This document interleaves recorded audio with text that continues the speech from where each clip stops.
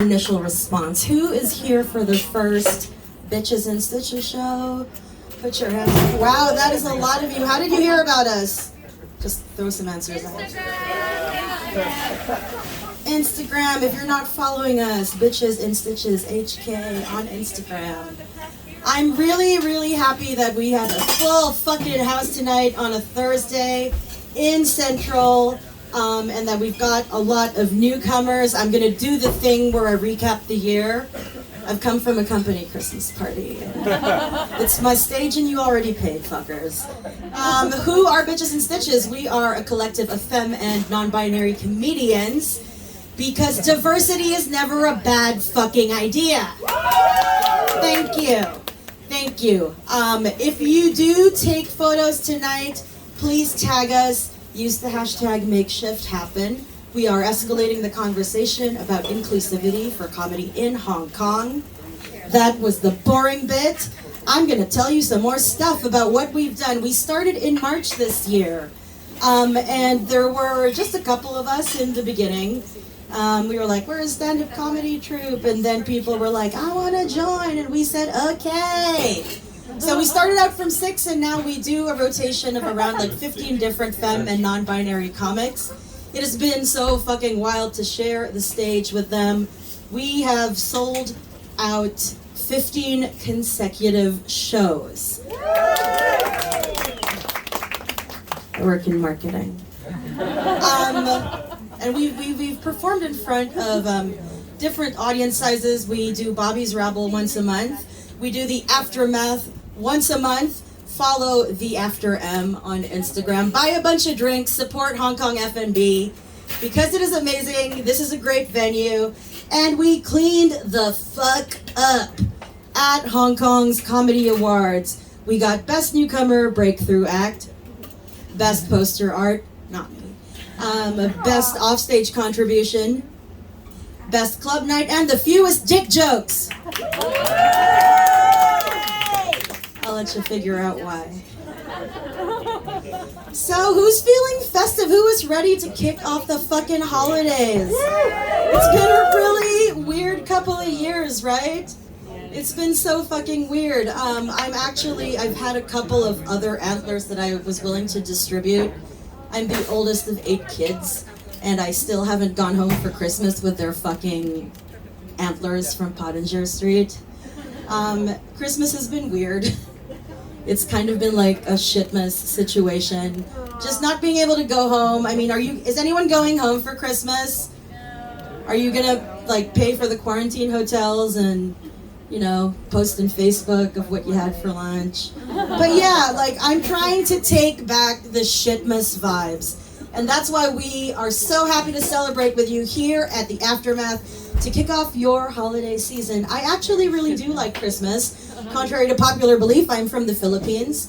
We actually, if you can find my mom, you get a high five. But we are the one country that celebrates Christmas for the longest period of time. We start celebrating Christmas in the Philippines in September. Why? Because we have a massive population of overseas foreign workers. That's why Christmas is a time to come home to family, right? It's a very special time for Filipinos. It is a special time to introduce your white boyfriend to your family. Hi, baby. Hi. Yeah, right? It is a wonderful time, and also it's just a beautiful holiday. These are traditional Christmas lanterns in the Philippines. They're called paroles. And back when you could do drugs in my country, this shit on a fucking Saturday morning, oh my god! So cool! So fucking cool. I'm not saying there's like 100% upside to celebrating Christmas for 4 to 5 months. It's sad that you know why. I get to hear this song. You know the one. I get to hear All I Want for Christmas Is You for 4 fucking months in the Philippines. And it is a beautiful song, and Mariah is a queen, but 4 fucking months. That basically means it's our festive YUU. okay? All I want for Christmas is for Mariah to get another single. That's not true, just not for 4 months. It got me thinking though, I'm not going home this year, so what do I want for Christmas? What is all I want for Christmas? I was unemployed for 10 months, but I recently got a job, so that's a wash. I used to be able to wear shit like this to work and be on stage and be like, I'm at work, bitch. You wear a tiara to your job interview, see how that goes. No, all I want for Christmas in 2021 is for people to find another fucking Christmas movie other than Love Actually, and I see some sad faces in the crowd. We're talking about diversity, so please allow me to put forth an unpopular and yet diverse opinion about Love Actually, and my opinion is that it can get fucked. All right? Stop with Love Actually. But I'm gonna explain why. It's gonna make sense, guys. All right? Let's unpack the most famous, the most romantic, the grandest gesture in Love Actually. It's when homeboy shows up at Keira Knightley's doorstep with like the beautiful Sharpied signs, right? And I mean, it's romantic. And sometimes if you're okay looking, you have to go big, right? But then he turned into a motherfucking zaddy! Who knew? Who the fuck knew? Oh my god. But let's unpack the actual action and not be distracted by the looks, because you know they're not everything. If somebody just shows up at your door, you're married, right? Like, you're married. This is your husband's best friend, best man, shows up at your door and is like, shut the fuck up, I love you. Like, love bombing you. I wrote it with my hand so it's organic and real from my heart. You know what I mean? Like, if he was not so fucking hot and this motherfucker just showed up, or like, who else in popular culture and media does that remind you of? All right, that is a motherfucking stalker. I love you. Shut the fuck up. Don't tell your husband I'm here. That is a love bombing fucking stalker, and I am not okay with it. To prove my point further, why don't we reverse the genders? Who does that remind you of? Don't tell your wife I love you. No one's laughing that much now, right? Gender bias is bullshit. So another thing I would like to look at after the iconic scene are maybe the two most iconic relationships in the film. Do you guys remember? Like, what are the relationships or the love stories that stood out to you guys? Was that a love story? Hate them all. All hateful. Okay, so there was Colin Firth and Hugh Grant, right? So they are lonely Englishmen who fall madly in love, find the loves of their lives on Christmas with these two very lucky women. Who are the women? Let's look at one. Natalie. What are her traits that you remember from the film? She serves Hugh Grant biscuits. She's an employee. Also fat-shamed. For someone who is not fat, and if she were fat, that's not bad. Not cool. She's sexually harassed by Billy Bob Thornton, who is the American president, so you know it's a fiction. And then Hugh Grant fires her because he wants to fuck her. But the tides turn. He realizes on Christmas that he actually does love her and she is worthy of his love and she is saved with her happy ending. That is Natalie. Who is Colin Firth's boo? Aurelia. Who is she? She is his maid.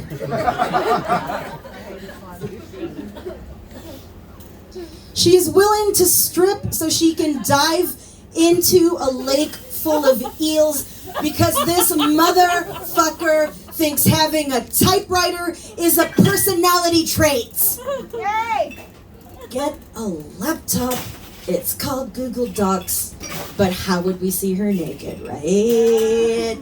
She doesn't speak English, but one thing I've noticed also is somehow this brown chick, when she doesn't speak English, it's hot. Just throwing that out there. The saddest part of her day is going home from work. How shitty is your life that you do not want to leave work? How bad is your life that you're like, I want to be cleaning right now? Oh no! But there's more. I got to thinking, I did make some very nice bullet points about these two women who are at the central love stories in Love Actually. So, what makes a woman deserve love? Actually. See what I did? Shabam! Okay, so I've done a Venn diagram. What do they have in common? They're super poor. Okay? Like, one lives with like her chameleon family members in like the dodgy part of somewhere in London. And the other one is probably an illegal immigrant. They're voiceless. Natalie is voiceless because she has victim shame from being sexually harassed by Billy Bob Thornton. That's a natural reaction. Aurelia is literally an immigrant who doesn't speak English. Voiceless. And that makes them hot as fuck. And they get their happy endings. Right? With Colin Firth and Hugh Grant. Because these are the hottest Englishmen that Hollywood has to offer. I don't know. I've had to think about it, all right? Like, I haven't lived in the Philippines for 20 years. And when I had to tell people about HPV, and I had to make those phone calls, it did kind of make me be like, were you hot or did you just have an accent? It's the accents. Let's be honest. I'm not saying like they are poor representatives of white cishet English men. I think there's a time and place for Hugh Grant and Colin Firth to be the gold standard, and that is when they fought in Bridget Jones's Diary. Right? White men fighting in suits. But it leaves me kind of wanting to see some fucking depth, right? Like the women who deserve true love in Love Actually were basically, I summed them up in a Venn diagram on a PowerPoint. So it doesn't mean though that like Richard Curtis doesn't care about women and thinks that we're not complex people. You know, look at the other characters. There's Laura Linney, she does not hook up with this hot designer. By the way, I work in marketing and no designer looks like that. I'm sorry. And if you do, I don't want to fucking hire you. You got time to go to the gym? You are not going to deliver my AI file on time. Fuck you. Be an intern. So she does not hook up with this guy because she wants to look after her mentally ill brother. And then you have Emma Thompson. Right? Fucking Snape. Emma fucking Thompson is gangster. Look at her crying. It breaks my fucking heart. This was awful. So these are the women who have depth, who are worthy of having other complex emotions and character traits. And let's also not forget Liam Neeson's dead wife. These are the women who deserve, I guess, a character arc in Love Actually. So let's unpack. What gives women depth, actually? Yeah, I did it. So I'm gonna go through the different character traits that they share. They're blonde. They are also hot as fuck. Right? They are connected by Hans Gruber and the guy in Taken.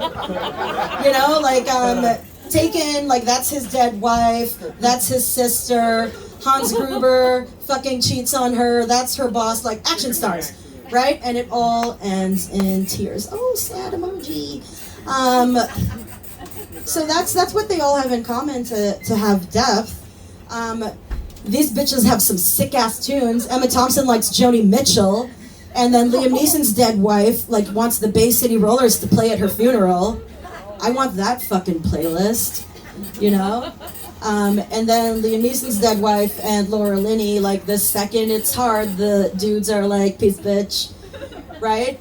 Because like Liam Neeson's wife is dead, but then he meets Claudia Schiffer, he's like, peace bitch. I'm not a widower anymore, I'm free, single and ready to jingle. And then Laura Linney was like, I have a really pressing family issue that's giving me a crisis. And like fucking abs, like the human Photoshop is like, alright, bye. Like, no, that's super shitty. Yeah, Emma Thompson, Laura Linney, they're martyrs. Their suffering is really like at the center of like this altruistic sort of love that they're feeling. And that's supposed to make us care about them, but actually, she has been cuckolded. Laura Linney's a fucking incel. And Liam Neeson's wife is dead. Is this what we have to do to be the heroines of our fucking movies? I'm just saying. I've broken some hearts. Okay, I'm not saying don't like Love Actually, just, you know, respect my opinion and you paid for this ticket. So, they are saints. They are saints in our mind, but I just don't think it's an accurate portrayal. Like, it's a very polarized portrayal of, like, who deserves love? No personality. Maybe don't speak English. You know, like, have your life shat on by, like, action stars. Okay, you're cool. There's more. We can do so much more. And honestly, like, in 2021, I don't know if this movie would fly. I may rewrite the ending. So, Hugh Grant, what would we do for Hugh Grant's ending? I would probably not even make it a movie. I would just like be like real life. Don't fire your employee because you want to fuck her. Like, come on, man. She gives you biscuits. Like, how much worse are you gonna make her life? Colin Firth, right? Maybe like take a sensitivity class in like white savior complexes. You know, I am going to go to Portugal and save you from waitressing at a fancy restaurant. Just in cases. And this motherfucker. This motherfucker. I'm just gonna give him the ending he already had in the good movie that he was in. Fucking Hans Gruber, that shit. Die, bitch. Merry Christmas, Emma. That's how I would end it for those guys. So how would I end it for the women of Love Actually, who really are so much more complex than they are portrayed to be? There is so much more to them. I would also probably just show them for like the fucking goddesses they are in real fucking life. That's what they actually look like. They're not like these like frumpy sad bitches. They're fucking hot as shit. All right, Richard Curtis? This is who you hire to look approachable and ordinary. These bitches, no, fuck that. You know what? Take them the fuck out of England. They are not appreciated, and given the love and respect they deserve in England, they just need to move somewhere where they can be free, where they can be their amazing goddess selves and be treated like royalty and absolutely worshipped. They need to move to Hong Kong, where white celebrity women are given a pass to just YOLO, to just you do you, queen. They need to move to Hong Kong. And this is the skipping quarantine sort of gesture, you know. Love Actually. So that was my intro. Are you guys ready for some comedy? That was tepid. Let's do it again. Are you ready for comedy? So our first performer of the evening is my co-founder of Bitches in Stitches. She is absolutely fucking hilarious.